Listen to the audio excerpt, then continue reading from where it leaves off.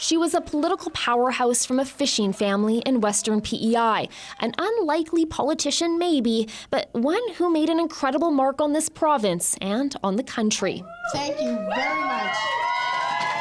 Gail Shea began her political journey back in 1996, determined to represent the people and issues in her community and make changes she said were desperately needed. She came second in her first provincial election. 4 years later, she won and became the member of the Legislative Assembly representing the district then known as Tignish-de-Blois, a riding that had been Liberal for almost 50 years. I hope I'll be able to deliver as much to West Prince as other representatives have in the past. From there, her political career took off. She was destined for cabinet and for big responsibilities. She took on any challenge that came her way. She was the Minister of Community and Cultural Affairs in the Pat Binns government. Then a massive portfolio, Minister of Transportation and Public Works. After years on PEI, she decided the time had come for Ottawa, and once again, she broke a long history of Liberal politics in her area. In 2008, she was the first non-Liberal in Egmont in more than 2 decades, and the talk began about whether she would be in cabinet there as well. Shea had a reputation as a strong negotiator, a good listener, and someone who had empathy for the people around her.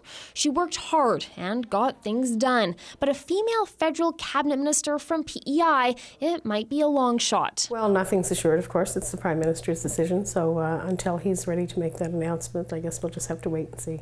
In the end, Shea made history as the first, taking over a portfolio that hit close to home, fisheries and oceans, and then Minister of National Revenue and a close colleague of Prime Minister Stephen Harper. Our great leader, the Right Honourable Stephen Harper.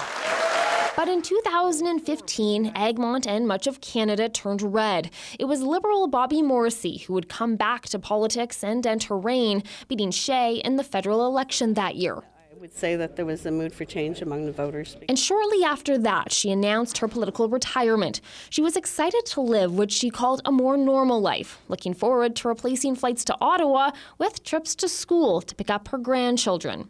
She maintained that family came first and spent her last years with them as much as possible. But she took time to support Pierre Poilievre just a few months ago here on PEI during the latest election campaign. Gail Shea died this morning. She was 66 years old. Sheehan Desjardins, CBC News, Charlottetown.